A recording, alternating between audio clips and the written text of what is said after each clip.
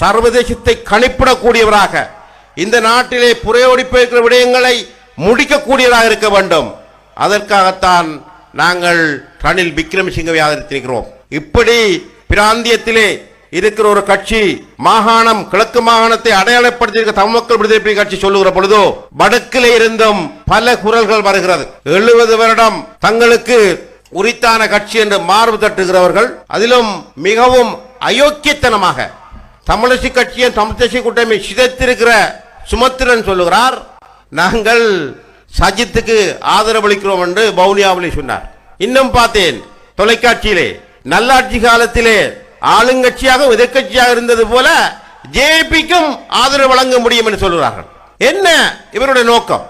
ஆகையால் தான் சொல்றேன், இவர்கள் எல்லாம் அயோக்கியவாதிகள், அயோக்கியர்கள், வேடதாரிகள். இந்த மனிதர்களை மாகாணம் அல்லது இந்த நாடு